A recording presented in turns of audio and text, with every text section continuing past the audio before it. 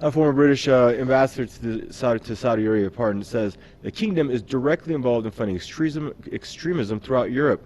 And William Patey accused the Saudis of funding and promoting a Salafist Wahhabi ideology, urging Britain to address the matter with Riyadh. Ideology has inspired Takfiri terrorists throughout the world, including Daesh and Al-Qaeda. Patey's revelations came a day after London said that it will not publish in full a report on extremist funding in the country, citing security reasons. Britain's opposition party said the government was trying to protect its ally, Saudi Arabia, but by not fully publishing that report that was commissioned by former Prime Minister David Cameron back in 2015. Joining us out of Bristol for more on the story is Mr. Tony Gosling, investigative journalist. Hello, Tony. Thanks for joining us in the program once again. Your thoughts on this report? This is referring to UK, to Europe, funding extremism throughout Europe, Riyadh.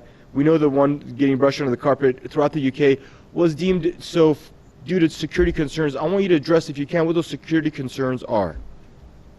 Well, there is clearly quite a lot of similarity between the philosophy ruling in Saudi Arabia and with the Takfiri, Salafist, and Wahhabism, the terrorists that we know as ISIS, these sorts of people, characterized by appalling mistreatment of women, almost treating them just like kind of goods, chattels, possessions, and also, of course, probably more gruesome is the beheadings that we've seen, public beheadings.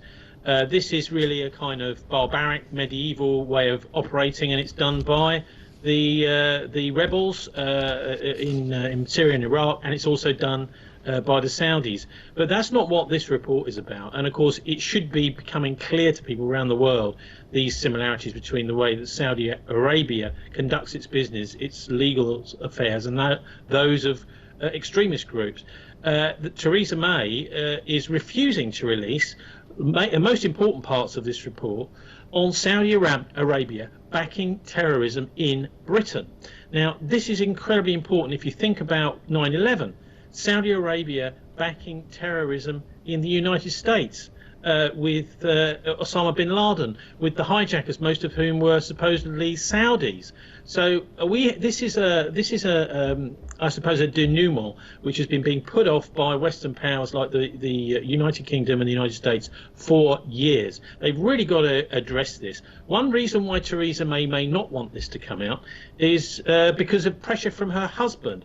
Her husband, Philip May, is a partner in the US Capital Group, a massive investment firm based in Los Angeles, who invest money in arms companies like Lockheed. I mean, most people would have heard of also groups like Starbucks and Amazon, tax evading companies like that. But that's the sort of way I think that these things happen, is that the arms firms like to have a great deal of influence in politics. And what better to have the husband of the British Prime Minister? Much of this problem with Wahhabism, which is really what this report was looking into, and what William Patey, the former British ambassador, has been talking about today to Saudi Arabia, is a reaction to the ridiculous refusal to release this report by Theresa May, goes right back to the meeting at Bitter Lake in February 1945 between Franklin Roosevelt, the US president, and King Abdulaziz, the Saudi president.